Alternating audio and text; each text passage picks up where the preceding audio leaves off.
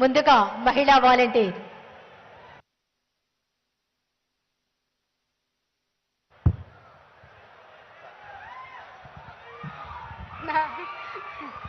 నా జగనన్న నమస్తే అన్న. నిన్న దగ్గరగా చూస్తానని, ఇంత దగ్గరగా మాట్లాడతానని నేను కల్లో కూడా ఊహించలేదన్నా. నాకు చాలా సంతోషంగా ఉంది, మాటలు రావట్లేదన్నా. నా పేరు దాసర జోష్నాదేవి, నా భర్త పేరు దాసర మెల్కియా. నాకు ఒక కుమారుడన్నా. మాది గొల్లపాలెం గ్రామం, తిరంగపురం మండలం. రేపటి సచివాలయం కింద నేను వాలంటీర్గా పనిచేస్తున్నానన్నా.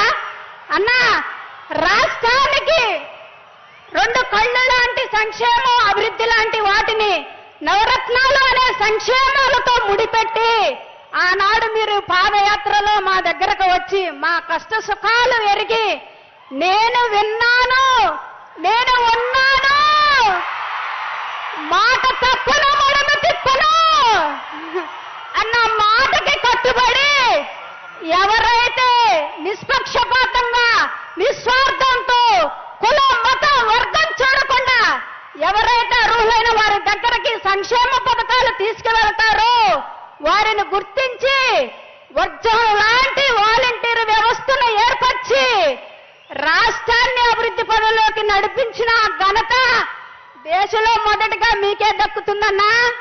అన్నా, నాకు కేటాయించిన 64 కుటుంబాలలో ఏ కుటుంబం ఏ సంక్షేమ పథకానికి అర్హులో గుర్తించి వారి దగ్గరకు తీసుకువెళ్ళినప్పుడు, వాళ్ళ ముంగిటిలోకి చేరవేసినప్పుడు వాళ్ళ మొహాలలో ఆనందం, పెదాలపై చిరునవ్వు చూసినప్పుడు చాలా సంతోషం వేసిందన్నా, చాలా సంతోషం వేసింది.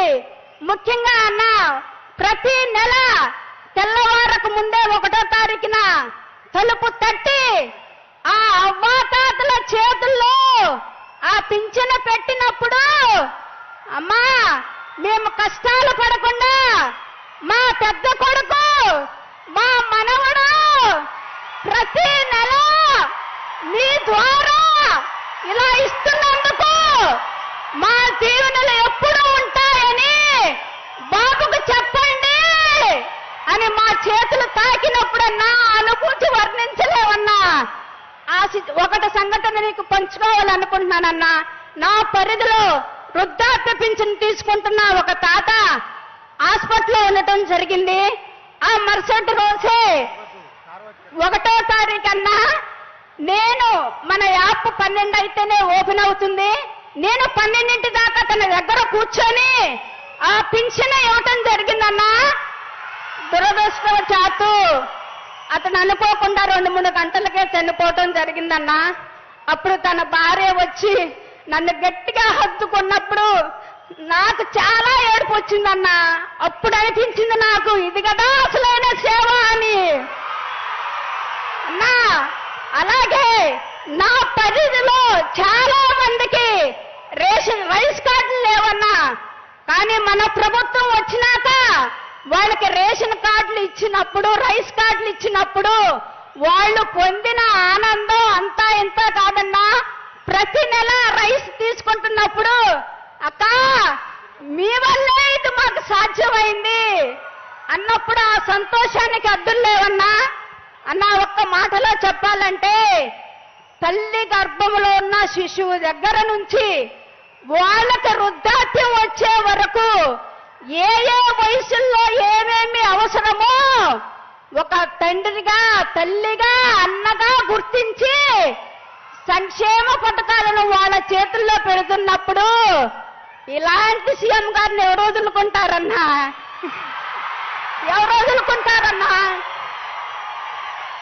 బిడ్డ పుడితే గోరు ముద్ద, బడికి వెళితే అమ్మఒడి, కాలేజీకి వెళితే వసతి దీవెన, విద్యా దీవెన, అక్క చెల్లెలకు ఆసరా చేయూత, రైతు భరోసా, 0 వడ్డీలు, ఆరోగ్యం బాగోపోతే వైఎస్ఆర్, ప్రమాదం జరిగితే బీమా. ఈ పథకాలు ఉంటే ఇతర దేశాలు, రాష్ట్రాలు మన సీఎం గారు వైపు, మన రాష్ట్రం వైపు చూడకుండా ఎలా ఉంటాయన్నా? అందుకే రాష్ట్ర ప్రజల గుండెల్లో మీరు ఒక ప్రత్యక్ష దేవుడైపోయారన్నా. ఆ ప్రజల దీవెనలు మీకెప్పుడు మెండుగా దిండుగా ఉంటాయన్నా. మేము ఇంకా రాబోయే రోజుల్లో ఇంతకంటే రెట్టింపు ఉత్సాహంతో పని చేస్తామని మా వాలంటీర్ల తరపున మాట ఇస్తున్నానన్నా. రాష్ట్ర ప్రజలు మరలా మీ కోసం సిద్ధంగా ఉన్నారన్నా.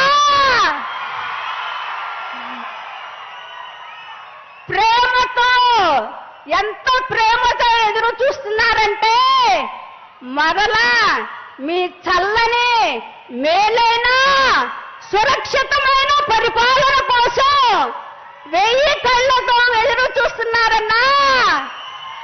అది మీరు త్వరలోనే చూస్తారన్నా.